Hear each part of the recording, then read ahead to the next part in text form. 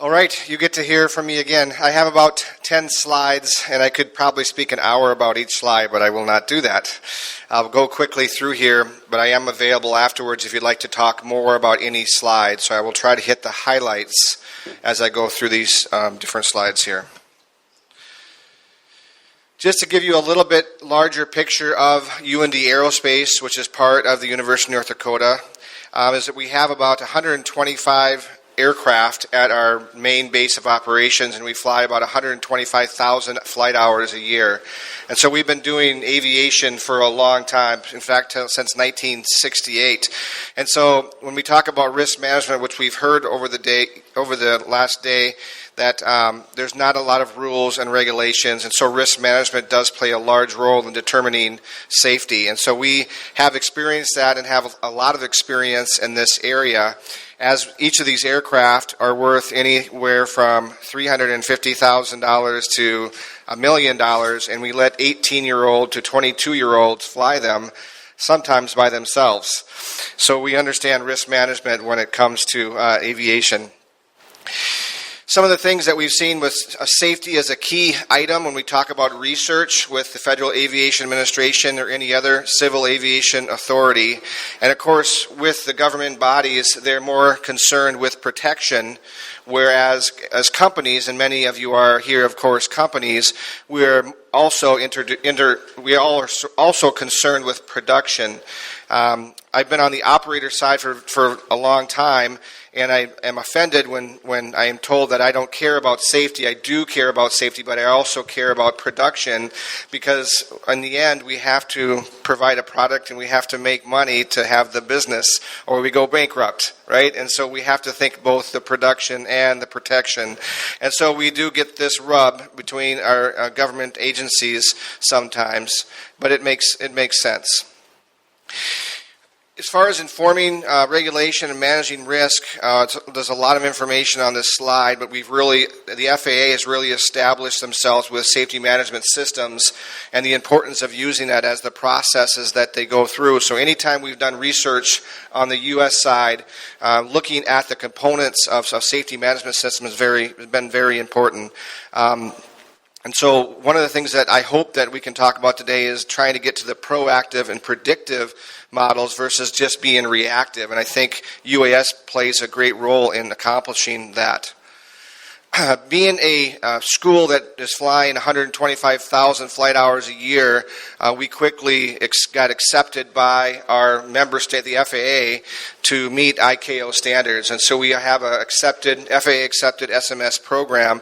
And so that's launched us into the idea of having things like the airlines have with Aviation Safety Action Program, but also active flight data monitoring. So all of those flight hours, we have flight data analysts who are in looking at that information, trying to determine what the trends are. And so as we have this telemetry data that we get from UAS, we have an opportunity for real-time trend data.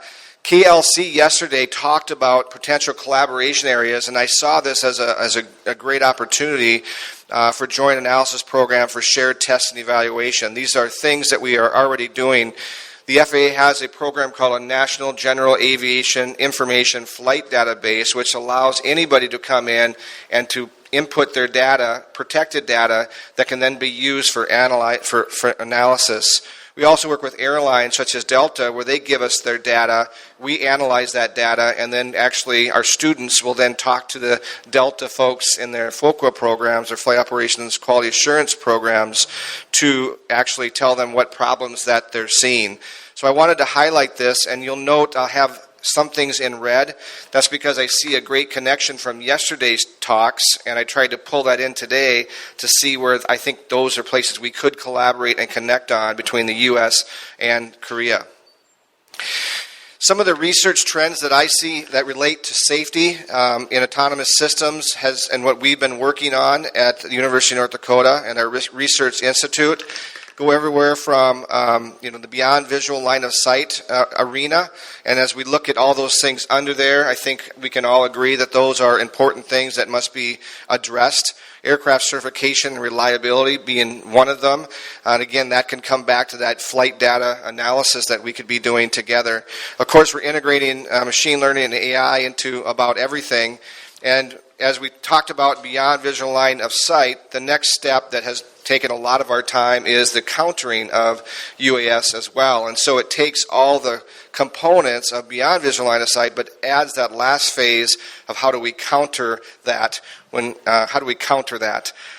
so counter UAS has been a very big part of the research that the United States has been pushing into. Use of virtual reality, augmented reality, mixed reality, and also digital twins for testing has been something we've been growing in as well in the research arena. Of course, that enables safety when we can do those type of things. For example, visual conspicuity, looking at how easy can we see a drone. We've done some of that work in the virtual reality mode, and we will then take that to the actual flight mode after we've proven it out in the virtual world.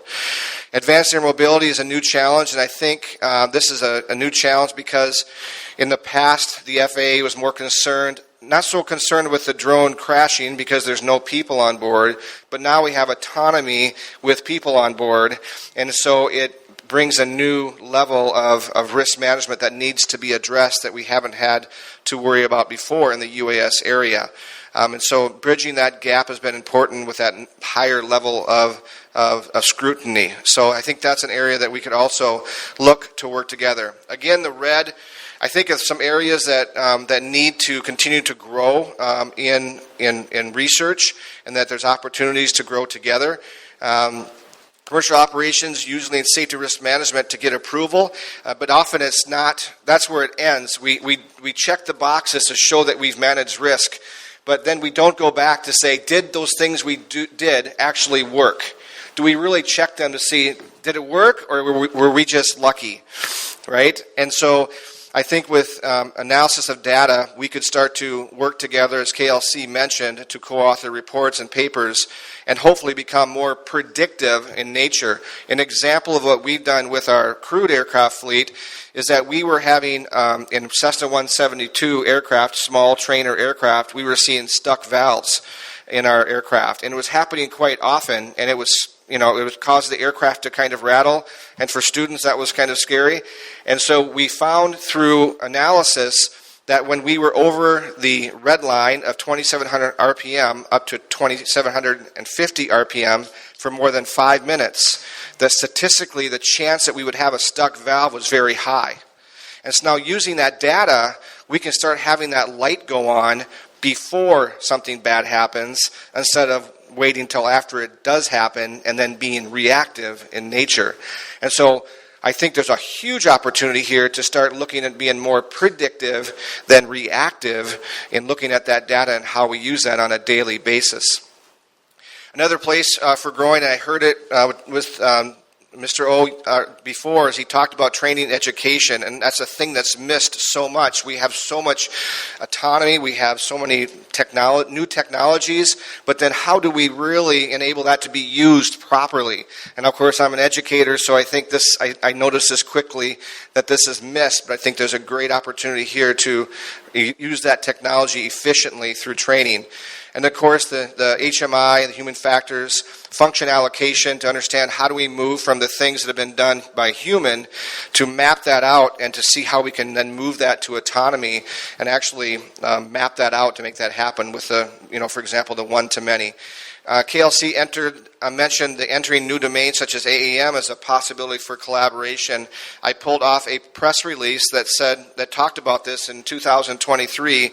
That there was the FAA and Korea had partnered for this very thing. So this is a great opportunity for us to look at including airworthiness, licensing, and operations functions that the FAA has already said this is important to us. We've already agreed that we want to work together. So what a great opportunity for us to step in and say, well, let's help you actually do something, right? I heard a little bit earlier today about some testing facilities here. We also have testing facilities in North Dakota that we could bring to bear. So I would very much love to hear more about the testing capabilities here and see how we can collaborate. Again, the red was some things that were mentioned before, but we have an opportunity, I think, to work together.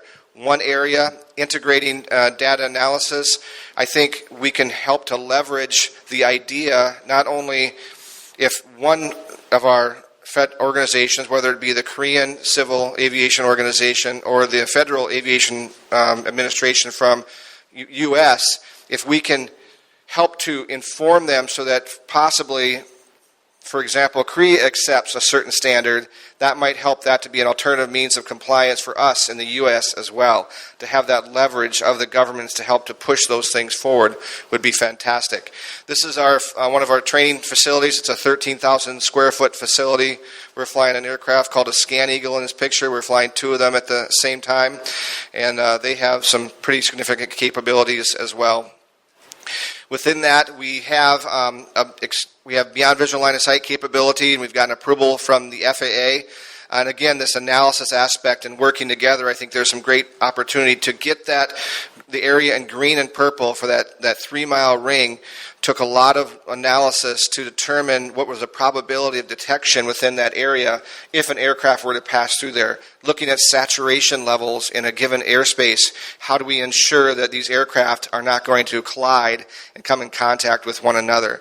So analysis was an area that I think we could very much focus on. We use Detect in our radars. We have a mobile radar as well as a radar on our building that enables us to do these kind of operations. And I understand that Detect is also in Korea as well, so there may be connecting points there that we can leverage one another's experience. I think there's some bird detection and bird mitigation around airports that radars have been used for here, that we are doing research on that very area right now, bird strike mitigation and in relation to advanced air mobility. So many opportunities, I think, for growth for us to work together. I will throw out this, I mentioned it yesterday, but I'll leave it at that. I think this is a great place to collaborate again, to work with internationally with our different universities that have the Center of Excellence. And so with that, our founder once said, first will be best, then will be first. It's one of my favorite sayings that he said many, many years ago to the CFO. And we still live by that today. So looking for quality opportunities to work together where we can get funding to enable us to move quickly would be a fantastic thing. And again, that's all I have. Thank you so much for your time.